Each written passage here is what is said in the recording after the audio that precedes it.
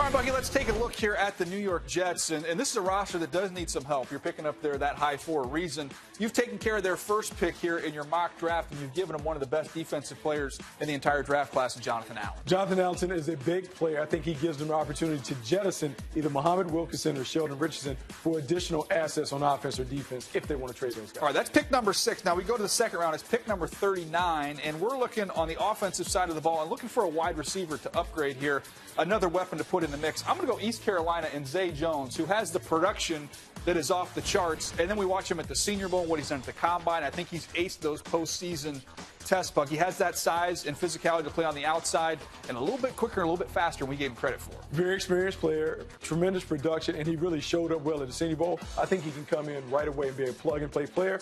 But I also believe another guy that stood out at the Senior Bowl could be an option. How about Cooper Kupp from Eastern Washington?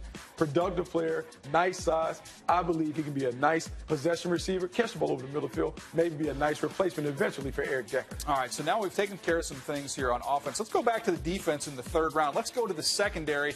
See if we can't get somebody that can make a lot of plays on the football. And I know we've talked about this guy a lot throughout the fall. Demonte Casey from San Diego State, who was a ball magnet for the Aztecs. Going to take some chances, but gets his hands on a lot of footballs and get that ball back to your offense. I think he'd be a nice playmaking addition to this Jets secondary. You talk about Mountain West Defensive Player of the Year, guys, very productive. I was very impressed with him at the Senior Bowl. His ability to play outside, inside, and change up his technique. That serves him well. I think he can be a guy that can start early in his career. All right, they have one more third-round pick, a comp pick, but we don't have time for that because we've got to fix this quarterback issue here, Bucky.